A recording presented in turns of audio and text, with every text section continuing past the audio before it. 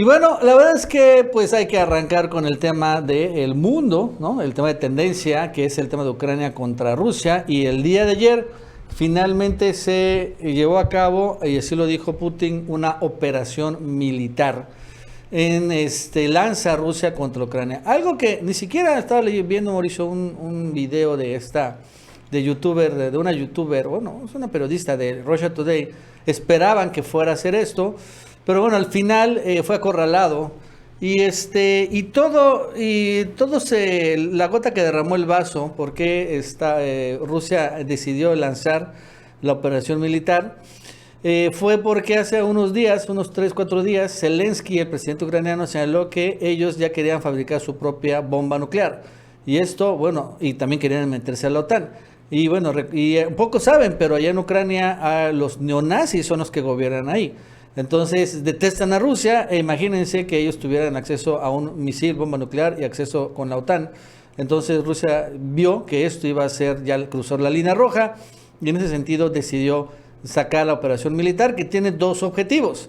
El primer objetivo es, bueno, agenciarse o bueno, defender a estas repúblicas independientes que están muy al este de Ucrania, están en la frontera con Rusia y bueno, son ciudadanos prorrusos, el 99% son ciudadanos de Rusia, defenderlos a ellos de los neonazis que los estaban exterminando. Es verdaderamente, había una guerra ahí de exterminio que nadie decía nada, pero sí existía. Y por otro lado es destruir todas las instalaciones militares, defensas antiaéreas, radares, tomas de aeropuertos, etcétera, del ejército ucraniano para completamente diezmar al ejército. Lo dijo ayer Putin. Es una estrategia de entrada, eliminar toda la capacidad o demilitarizar Ucrania y por otro lado desnazificar, hablando de nazis, están desnazificando Ucrania. E incluso lleva menos de 24 horas Mauricio la operación y ya Rusia está dispuesto a negociar la rendición de Ucrania. De ese nivel, porque los ucranianos fueron abandonados por completos por los Estados Unidos. Hace unos minutos Biden estuvo en una conferencia de prensa y ahí, bueno, dijo que van a llegar paquetes económicos, sanciones económicas contra Rusia y todo eso lo que siempre dice, pero que uno, no va a dejar de comprar petróleo ni gas ruso de entrada. Dos, tampoco va a sacarlos de un sistema internacional de pagos que se llama SWIFT, que bueno, al final es como se hacen, vamos a ver, el SPEI internacional, tampoco los va a sacar. Y tampoco va a meter tropas de Estados Unidos a Ucrania, tampoco. Van a quedarse solitos los ucranianos. Y ya sin, por cierto, capacidad militar. Pues si tienen ejército ya también están todos huyendo. Y lo único que van a hacer es que sí van a intentar confiscar las fortunas de los millonarios rusos allá en Estados Unidos y en Londres y en todos lados. Ok, muy bien. Pero de ahí en fuera, lo dejaron solo, Mauricio. Y ya están a punto. Yo estoy casi seguro que en cuanto 24 horas más, se va a firmar la rendición de Ucrania. Sí, pues la verdad es que en esta ocasión, y yo creo que ya también esta es la influencia de la tecnología, las telecomunicaciones, las redes sociales, muy distinto a los conflictos que se han dado en años anteriores, en donde también había tecnología, pero bueno, la comunicación no era tan intensa. Ahora vemos, como lo dices tú, Nacho, tú estás platicando también una serie de eventos, de antecedentes a todos estos hechos que se han registrado en estas últimas horas, de la cual mucha gente pues no conoce.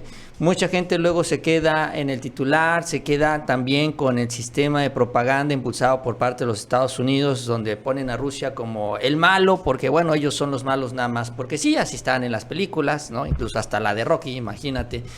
Y entonces ahora, en estos nuevos tiempos, pues ya este sistema de propaganda de los Estados Unidos se enfrenta a la gran comunicación que se tiene a través de las redes sociales.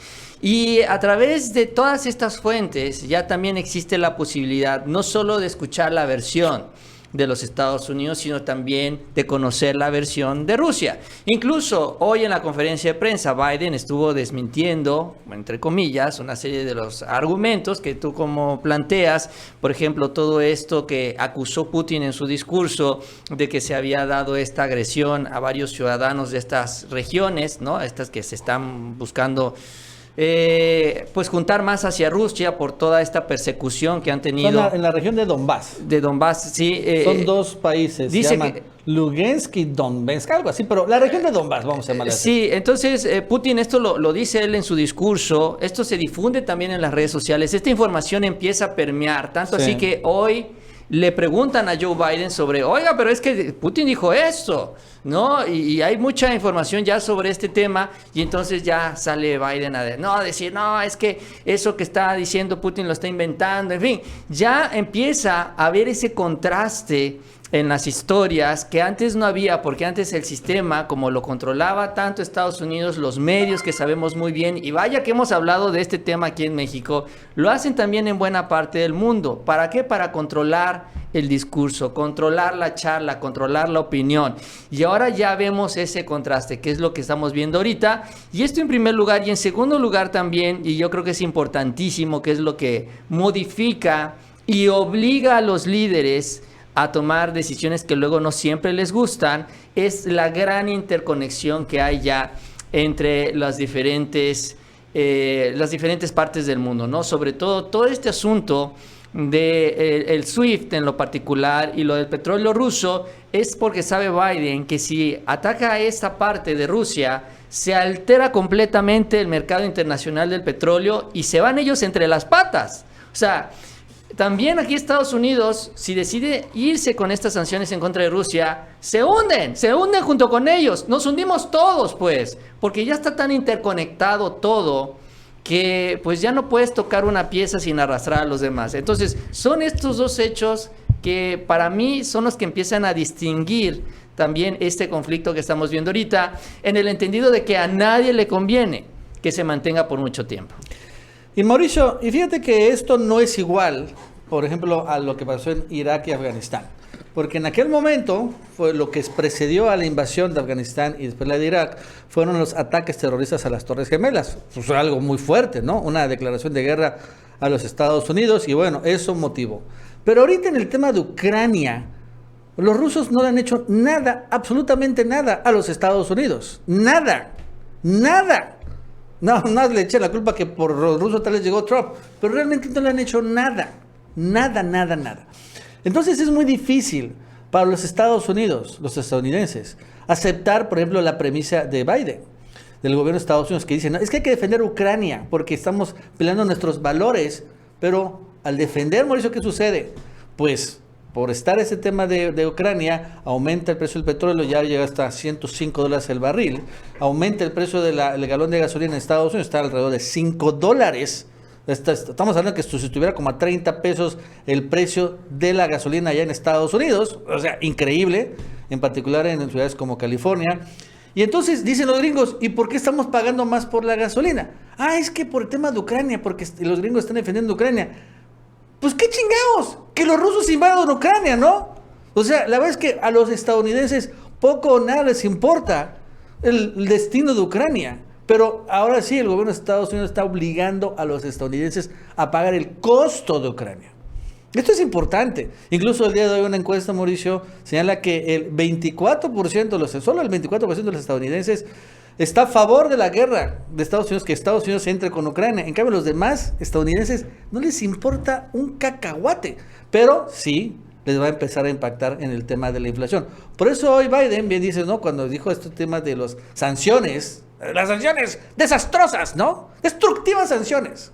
Porque lo que puede ofrecer es nada más, es decir, este tipo de discursos.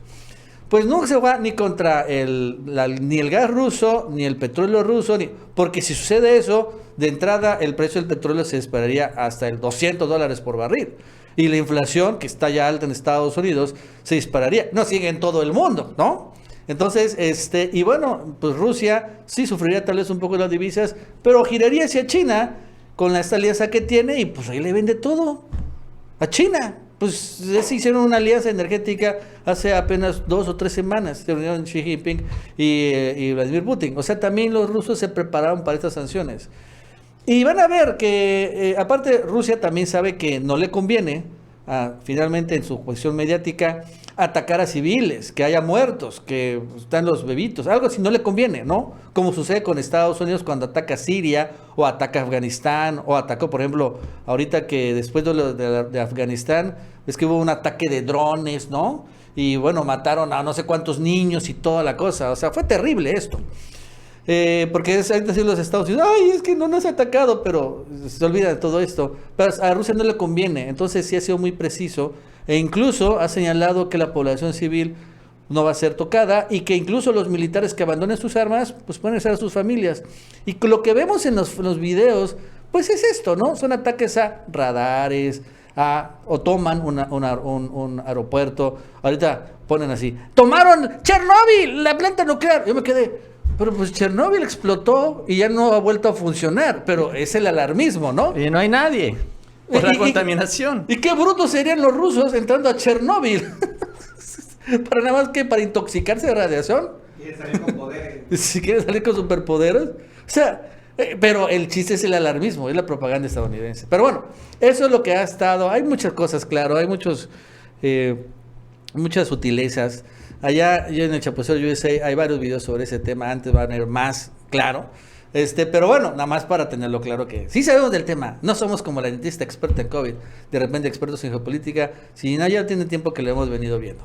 Sí, y aquí pues lo importante es entender que aunque esto está en otras partes del planeta, pues ya por esta gran interacción que se tiene a nivel internacional, por la globalización que también han impulsado, por los mercados abiertos que también han impulsado los propios países líderes mundiales, ahora pues todo está interconectado. Y bueno, pues lo que se busca es mantener que el motor de la economía global siga andando a pesar de estos conflictos globales, y por eso Estados Unidos no puede cruzar la línea, por eso Rusia no puede tampoco cruzar esta línea, y aunque andan ahí mirándose feo, pues también ellos saben y entienden muy bien qué es lo que significa, y no tanto por hablando de las vidas humanas, que eso pues nunca ha sido un problema para muchos líderes que toman decisiones muy lamentables, sino porque también afectan los intereses de ellos, de los que los patrocinan, de los grandes grupos, las empresas armamentistas, etcétera, etcétera, etcétera, etcétera, que si se derrumba la economía mundial también los afecta a ellos. Entonces, pues en ese escenario estamos nosotros, Nacho, en ese escenario está México, y eso es ahora lo que tenemos que enfrentar también, y para lo que el gobierno de México también se está ocupando.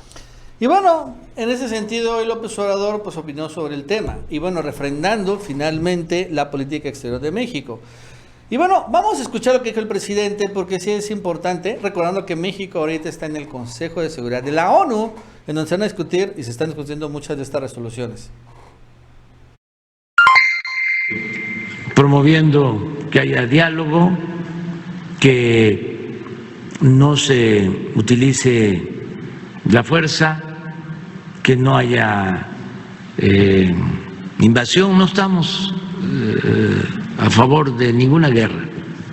México es un país que siempre se ha pronunciado por la paz y por la solución pacífica de las controversias. Incluso está en nuestra Constitución, en el artículo 89. Es un principio de política exterior, la solución pacífica de las controversias. Y esa es la postura internacional de México, es lo que ha dado a conocer la Secretaría de Relaciones Exteriores, y va a seguir siendo esa la postura, la no intervención, la autodeterminación de los pueblos y la solución pacífica de las controversias. Acerca de... Fíjate que este tema, lo de la autodeterminación de los pueblos, es interesante este concepto, porque es el mismo que Putin dice que allá en esta región del Donbass, ellos están autodeterminando de ser rusos, quieren ser rusos, o bueno, estar más cerca de Rusia, y por eso Putin manda la fuerza para que proteger esta autodeterminación de los pueblos, ¿no? Es interesante el concepto, cómo la maneja Putin. Obviamente no es lo mismo que maneja Obrador, pero pues sí es un poco lo mismo, ¿no? Porque es que lo que dice Putin es, se cayó la URSS, y nadie le dijo a estos que están ahí, bueno, ¿qué quiere ser? Nadie. De repente dice, ya son de Ucrania, son europeos, pero yo quiero seguir siendo ruso. No, ya estás acá. Entonces es lo que dice Putin, por ejemplo. Sí, es un tema que si le rascas, vas a seguir encontrando, ¿no? Son zonas también muy complicadas, de muchos cambios sociales, de muchos conflictos, ¿no? Que pues también es también una zona geopolítica muy importante por, como lo comentábamos, el tema energético. Por ahí pasa también un gasoducto muy importante, que es el que nutre de, pues ahorita, también de gas a Europa, que ellos son los que realmente están en una situación muy precaria. Digo, no va a suceder, pero si el día de mañana Rusia decidiera cerrar la llave del gas, pues Europa se queda en penumbras. La verdad es que sí, dependen tanto de este suministro que pues es una relación que aunque no les guste, la tienen que mantener. Entonces son una serie de elementos que se dan ahí. Por eso el presidente, en lugar de meter su cuchara, en lugar de pues meterse ahí en medio, porque el que termina también tratando de ayudar acaba perjudicando, pues él, aquí lo importante es que él, en su posición también de esta determinación y sobre todo en la búsqueda de la paz, él no toma ningún bando en particular, él no está apoyando el discurso de Estados Unidos, tampoco apoya el discurso de Rusia. Él se mantiene neutral y él lo que pide es esto, que se dé el diálogo para que se alcance la paz, ¿no? Sin inclinarse para ninguno u otro lado y sobre todo también manteniendo las relaciones diplomáticas tanto con Estados Unidos como con Rusia, que eso es también lo que se dio a conocer en estas últimas horas. También fíjate que Ebrard, ¿no? También habló sobre cosas, bueno, detallando de que, bueno, ellos no estarían a favor de una resolución bélica del conflicto, o sea, un contraataque de Estados Unidos, ni tampoco de la expulsión del embajador ruso, como ya sucedió en algunos países. Vamos a escucharlo. Dicen que cuál sería el estatus actual de las relaciones de México con la Federación Rusa. Bueno, pues nosotros mantenemos las relaciones con la Federación Rusa. Es una de las cosas que tenemos que hacer, mantener el diálogo con las diferentes partes que están participando desgraciadamente en este conflicto. Nos preguntan si respaldaríamos una posible respuesta bélica. Bueno, hoy no está planteada, tendríamos que revisar si esto llegase a suceder, de qué naturaleza sería, y es muy difícil que México apoye una respuesta bélica. Nuestra posición esencialmente es encontrar una salida política. Es lo que hemos venido manejando hasta ahora.